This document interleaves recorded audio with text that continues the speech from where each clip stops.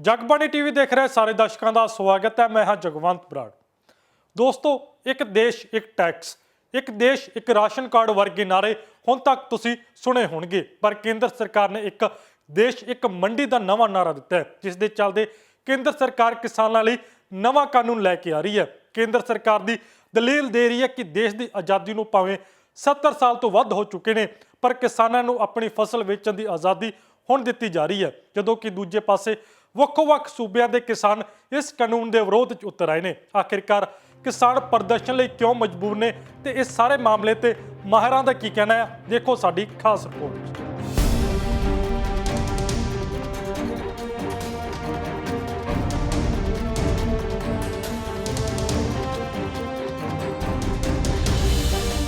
सब तो पहला नज़र मारते हैं कि ये नवे ऑर्ਡੀਨੈਂਸ की कहते हैं ते हुण तक पंजाब अंदर मंडीकरण की प्रणाली की है। बीती 3 जून ਨੂੰ ਕੇਂਦਰ ਸਰਕਾਰ ਦੀ ਵਜ਼ਾਰਤ ਨੇ 3 ਆਰਡੀਨੈਂਸਾਂ ਤੇ ਮੁਹਰ ਲਗਾ ਦਿੱਤੀ ਅਤੇ 5 ਜੂਨ ਨੂੰ ਇਹ ਭਾਰਤ ਦੇ ਗਜਟ ਵਿੱਚ ਨੋਟੀਫਾਈ ਕਰ ਦਿੱਤੇ ਗਏ। ਇਹ 3 ਆਰਡੀਨੈਂਸ ਨੇ ਕਿਸਾਨੀ ਉਪਜ ਵਪਾਰ ਅਤੇ ਵਣਜ ਆਰਡੀਨੈਂਸ 2020, ਕੀਮਤ ਗਾਰੰਟੀ ਅਤੇ ਖੇਤੀ ਸੇਵਾਵਾਂ ਸੰਬੰਧੀ ਕਿਸਾਨ ਆਰਡੀਨੈਂਸ 2020 ਅਤੇ ਜ਼ਰੂਰੀ ਵਸਤਾਂ ਆਰਡੀਨੈਂਸ 2020।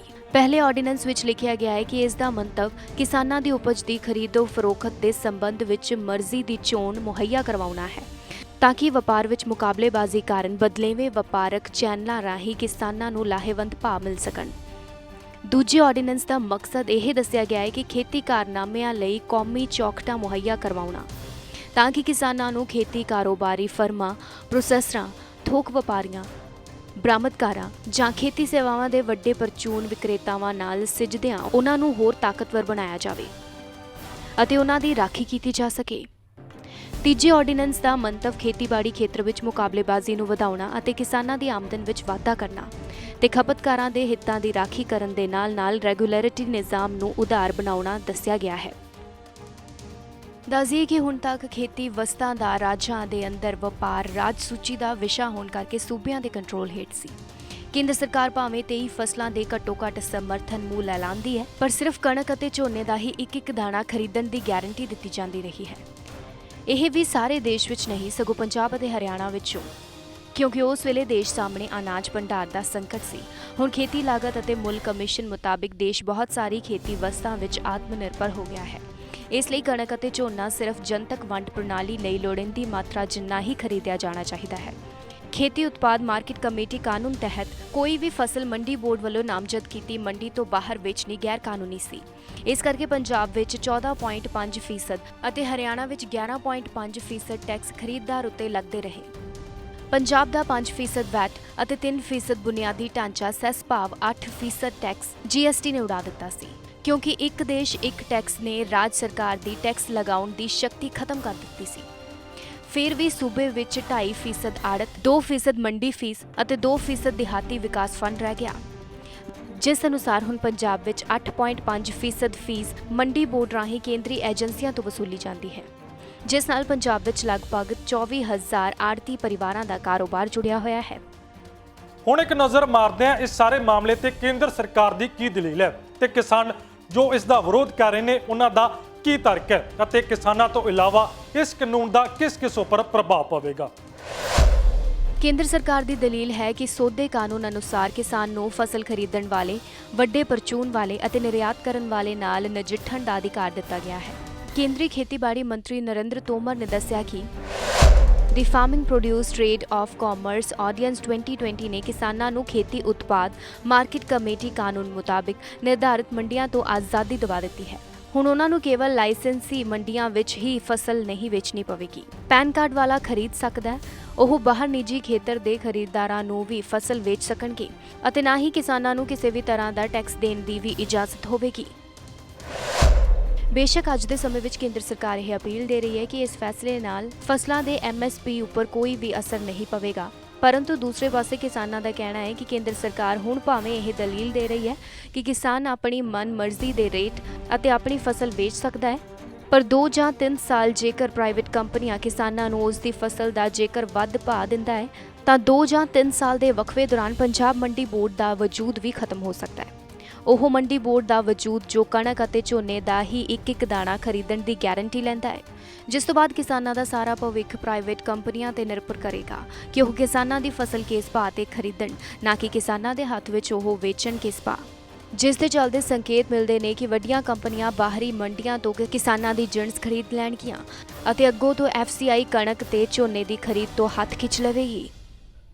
ਇਸ ਲਈ ਕਿਸਾਨਾਂ ਦਾ ਕਹਿਣਾ ਹੈ ਕਿ ਦੇਸ਼ ਦਾ ਕਿਸਾਨ ਤਾਂ ਪਹਿਲਾਂ ਹੀ ਲੰਮੇ ਸਮੇਂ ਤੋਂ ਮੰਗ ਕਰਦਾ ਆ ਰਿਹਾ ਹੈ ਕਿ ਜਿਣਸਾਂ ਦੇ ਭਾਅ ਡਾਕਟਰ ਸਵਾਮੀਨਾਥਨ ਦੇ ਫਾਰਮੂਲੇ ਅਨੁਸਾਰ ਤੈਅ ਕੀਤੇ ਜਾਣ, ਪਰ ਸਰਕਾਰ ਨੇ ਤਾਂ ਭਾਅ ਨਿਸ਼ਚਿਤ ਕਰਨ ਦੀ ਬਜਾਏ ਜਿਣਸਾਂ ਦੀ ਖਰੀਦ ਕਰਨ ਦੀ ਗਾਰੰਟੀ ਤੋਂ ਵੀ ਹੱਥ ਪਿਛਾ ਖਿੱਚ ਲਏ ਨੇ। ਨਤੀਜੇ ਵਜੋਂ ਬਿਹਤਰੀਨ ਤੇ ਮਜ਼ਬੂਤ ਮੰਡੀਕਰਨ ਦੇ ਬੁਨਿਆਦੀ ਢਾਂਚੇ ਨੂੰ ਤੋੜ ਕੇ ਕਿਸਾਨਾਂ ਨੂੰ ਵੱਡੇ ਵਪਾਰੀਆਂ, ਕਾਰਪੋਰੇਟ ਘਰਾਣਿਆਂ ਤੇ ਤਰਸ ਉੱਤੇ ਛੱਡ ਦੇਣਾ ਵੀ ਵਿਉਂਤਬੰਦੀ ਘੜ ਲਈ ਹੈ। ਇਸ ਲਈ ਕਿਸਾਨਾਂ ਨੂੰ ਖਦਸ਼ਾ ਹੈ ਕਿ ਇਸ ਰਾਹੀਂ ਰਾਜਾਂ ਦੇ ਮੰਡੀ ਬੋਰਡਾਂ ਨੂੰ ਦਰਕਿਨਾਰ ਕਰਕੇ ਖੁੱਲੀ ਮੰਡੀ ਦਾ ਅਸੂਲ ਲਾਗੂ ਕਰਨ ਰਾਹੀਂ ਸੰਘੀ ਢਾਂਚੇ ਤਹਿਤ ਰਾਜਾਂ ਦੇ ਅਧਿਕਾਰ ਨੂੰ ਖੋਰਾ ਲਾਉਣ, ਸਮਰਥਨ ਮੁੱਲ ਤੋਂ ਪਿੱਛੇ ਹਟਣ ਲਈ ਵਪਾਰੀਆਂ ਅਤੇ ਕਿਸਾਨਾਂ ਦਰਮਿਆਨ ਕੰਟਰੈਕਟ ਫਾਰਮਿੰਗ ਅਤੇ ਜ਼ਖੀਰੇਬਾਜ਼ੀ ਲਈ ਰਾਹ ਪੱਧਰਾ ਕਰ ਦਿੱਤਾ ਗਿਆ ਹੈ। ਉਦਾਹਰਨ ਦੇ ਤੌਰ ਤੇ ਕਿਸਾਨ ਆਲੂ ਦੀ ਫਸਲ ਨੂੰ ਜ਼ਿਆਦਾਤਰ ਵਪਾਰੀਆਂ ਨੂੰ ਵੇਚਦੇ ਨੇ। ਨਤੀਜੇ ਵਜੋਂ ਕਦੇ ਆਲੂਆਂ ਦੇ ਭਾਅ ਆਸਮਾਨੀ ਤੇ ਕਦੇ ਕਿਸਾਨਾਂ ਨੂੰ ਆਲੂ ਸੜਕਾਂ ਤੇ ਸੁੱਟਣੇ ਪੈਂਦੇ ਨੇ। ਇਹੀ ਨਹੀਂ, ਖੇਤੀ ਮੰਡੀਕਰਨ ਨਾਲ ਕਿਸਾਨਾਂ ਤੋਂ ਇਲਾਵਾ ਆੜ੍ਹਤੀ, ਮੁਨੀਮ, ਪੱਲੇਦਾਰ, ਮਜ਼ਦੂਰ, ਟਰਾਂਸਪੋਰਟ ਦੇ ਹੋਰ ਬਹੁਤ ਲੋਕ ਨੇ ਜਿਨ੍ਹਾਂ ਦਾ ਭਵਿੱਖ ਜੁੜਿਆ ਹੋਇਆ ਹੈ, ਜਿਸ ਕਾਰਨ ਇਹਨਾਂ ਵਰਗਾਂ ਦਾ ਭਵਿੱਖ ਦਾਅ ਤੇ ਲੱਗ ਸਕਦਾ ਹੈ। ਕਿਸਾਨਾਂ ਨੂੰ ਲਾਹੇਵੰਦ ਭਾਅ ਦਿਵਾਉਣ ਤੇ ਉਹਨਾਂ ਦੀ ਆਮਦਨ ਵਿੱਚ ਵਾਧੇ ਦਾ ਝੁਰਲੂ ਦਿਖਾ ਕੇ ਕਿਸਾਨਾਂ ਦੀ ਖੁਦ ਮੁਖਤਾਰੀ ਤੇ ਵੱਡੀ ਸੱਟ ਮਾਰੀ ਜਾ ਸਕਦੀ ਹੈ। ਸੰਵਿਧਾਨਕ ਤੌਰ ਤੇ ਰਾਜਾਂ ਦਾ ਅੰਦਰੂਨੀ ਖੇਤੀ ਮੰਡੀਆਂ ਉੱਤੇ ਅਧਿਕਾਰ ਹੈ। ਇਹ ਰਾਜ ਸੂਚੀ ਦਾ ਵਿਸ਼ਾ ਹੈ। ਕੇਂਦਰੀ ਆਰਡੀਨੈਂਸ ਨਾਲ ਰਾਜਾਂ ਦੇ ਅਧਿਕਾਰ ਕਾਗਜ਼ੀ ਬਣ ਕੇ ਰਹਿ ਜਾਣਗੇ। ਸਾਲ 2020 ਤੋਂ ਸਾਲ 2021 ਲਈ ਪੰਜਾਬ ਦੇ ਬਜਟ ਵਿੱਚ ਮਾਰਕੀਟ ਫੀਸ ਦੇ ਰੂਪ ਵਿੱਚ 1950 ਕਰੋੜ ਰੁਪਏ ਤੇ ਇੰਨੀ ਹੀ ਰਕਮ ਦਿਹਾਤੀ ਵਿਕਾਸ ਫੰਡ ਤਹਿਤ ਮਿਲਣ ਦਾ ਟੀਚਾ ਹੈ। ਇਸ ਤਰ੍ਹਾਂ ਪੰਜਾਬ ਨੂੰ 1 ਸਾਲ ਵਿੱਚ ਹੀ 3900 ਕਰੋੜ ਰੁਪਏ ਤੋਂ ਹੱਥ ਧੋਣੇ ਪੈ ਸਕਦੇ ਨੇ। ਇਹ ਮਾਲੀਆ ਮੰਡੀਆਂ ਦੇ ਫੜ ਅਤੇ ਪੇਂਡੂ ਲਿੰਕ ਸੜਕਾਂ ਦੇ ਰੱਖ-ਰਖਾਅ ਲਈ ਵਰਤਿਆ ਜਾਂਦਾ ਹੈ। ਰਾਜਾਂ ਦੀ ਵਿੱਤੀ ਹਾਲਤ ਪਹਿਲਾਂ ਹੀ ਖਸਤਾ ਹੈ ਤੇ ਇਹ ਆਰਡੀਨੈਂਸ ਇਹਨਾਂ ਦੇ ਮਾਲੀਏ ਦੀ ਹਾਲਤ ਹੋਰ ਵੀ ਵਿਗਾੜ ਦੇਵੇਗਾ। ਦੱਸਦੀਏ ਕਿ ਕੈਪਟਨ ਅਮਰਿੰਦਰ ਸਿੰਘ ਦੀ ਸਰਕਾਰ ਨੇ ਕਿਸਾਨਾਂ ਦਾ ਕਰਜ਼ਾ ਮੁਆਫ ਕਰਨ ਦੇ ਨਾਮ ਉੱਤੇ ਖੁਦ ਕਰਜ਼ਾ ਲੈਣਾ ਸੀ। ਇਸ ਲਈ ਇਸ ਨੇ 1% ਦਿਹਾਤੀ ਵਿਕਾਸ ਫੰਡ ਅਤੇ 1% ਮਾਰਕੀਟ ਫੀਸ ਹੋਰ ਲਗਾ ਦਿੱਤੀ ਅਤੇ ਇਸ ਦੇ ਵਿਰੁੱਧ 10,000 ਕਰੋੜ ਦਾ ਕਰਜ਼ਾ ਲਿਆ ਹੈ। ਉਂਝ ਭਾਵੇਂ ਕਿਸਾਨਾਂ ਦਾ ਅਜੇ ਤੱਕ 4700 ਕਰੋੜ ਦਾ ਕਰਜ਼ਾ ਹੀ ਮੁਆਫ ਕੀਤਾ ਗਿਆ ਹੈ। ਕੇਂਦਰ ਸਰਕਾਰ ਅਤੇ ਕਿਸਾਨਾਂ ਦੀਆਂ ਦਲੀਲਾਂ ਤੋਂ ਬਾਅਦ ਆਖਿਰਕਾਰ ਹੁਣ ਗੱਲ ਕਰਦੇ ਹਾਂ ਇਸ ਸਾਰੇ ਪੱਖ ਦੇ ਵਿਵਾਦ ਉੱਪਰ ਮਾਹਿਰ ਕੀ ਰਾਏ ਰੱਖਦੇ ਨੇ। ਇਸ ਮਸਲੇ ਤੇ ਮਾਹਿਰਾਂ ਦਾ ਕਹਿਣਾ ਹੈ ਕਿ ਇਹ ਤਿੰਨੋਂ ਕਾਨੂੰਨ ਅਸਲ ਵਿੱਚ ਵਪਾਰੀਆਂ ਦੇ ਪੱਖ ਵਿੱਚ ਸੋਧੇ ਜਾ ਰਹੇ ਨੇ। ਅਮਰੀਕਾ ਤੇ ਯੂਰਪ ਵਿੱਚ ਇਹ ਪਹਿਲਾਂ ਹੀ ਲਾਗੂ ਨੇ ਤੇ ਫੇਲ ਸਾਬਿਤ ਹੋਏ ਨੇ। ਕਿਸਾਨਾਂ ਲਈ ਘੱਟੋ-ਘੱਟ ਸਮਰਥਨ ਮੁੱਲ ਹੀ ਆਮਦਨ ਦਾ ਜ਼ਰੀਆ ਹੈ ਅਤੇ ਇਹਨਾਂ ਨਾਲ ਉਹ ਵੀ ਖਤਮ ਕਰਨ ਦਾ ਰਾਹ ਪੱਧਰਾ ਹੋ ਗਿਆ ਹੈ।